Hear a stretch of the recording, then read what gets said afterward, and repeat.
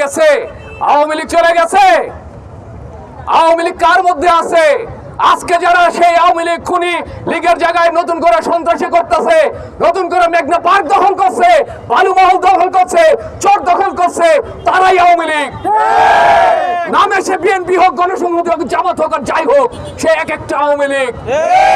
আমরা আওয়ামী লীগের যে পুরনো রাজনৈতিক বন্দোবস্ত, সেই বন্দোবস্ত বদলাই দিতে চাই। আপনারা যদি আমার সাথে থাকেন, আমি এখানের এই গাঙ্গে এই মেঘনা উপত্যকার সন্তান, এই সন্তান হিসেবে আমার কাছে ঐতিহাসিক দায়িত্ব, যে দায়িত্ব এই সোনারগাঁয়ে যে মাফিয়াতন্ত্র, সোনারগাঁয়ে যে লুটপাট, সোনারগাঁয়ে মানুষের যে কৃষি সহ সমস্ত জনজীবনের যে দুর্ভোগ, সেই দুর্ভোগকে আপনাদের সাথে নিয়ে আমরা পরিবর্তন করব।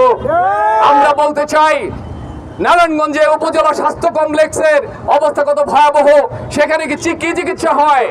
পর্যাপ্ত ওষুধ আছে? ভালো ডাক্তার আছে? নাই। নারায়ণগঞ্জে তাও শহরে ভিক্টোরিয়া এবং খানপুর হাসপাতাল আছে। এই সোনারগাঁয়ে আমি বলতে চাই, সোনারগাঁয়ে পুরো নারায়ণগঞ্জের ক্ষেত্রে যে শহরে যে রাস্তাঘাট, অন্যান্য সুযোগ সুবিধা, গ্যাস সবকিছু আছে, আমার সোনারগাঁয়ে বাড়ি বাড়িতে গ্যাস নাই। কেন? একই দেশের নাগরিক। নারায়ণগঞ্জ শহরের একটা নাগরিকের যা হক আছে, আমারও সমান হক আছে।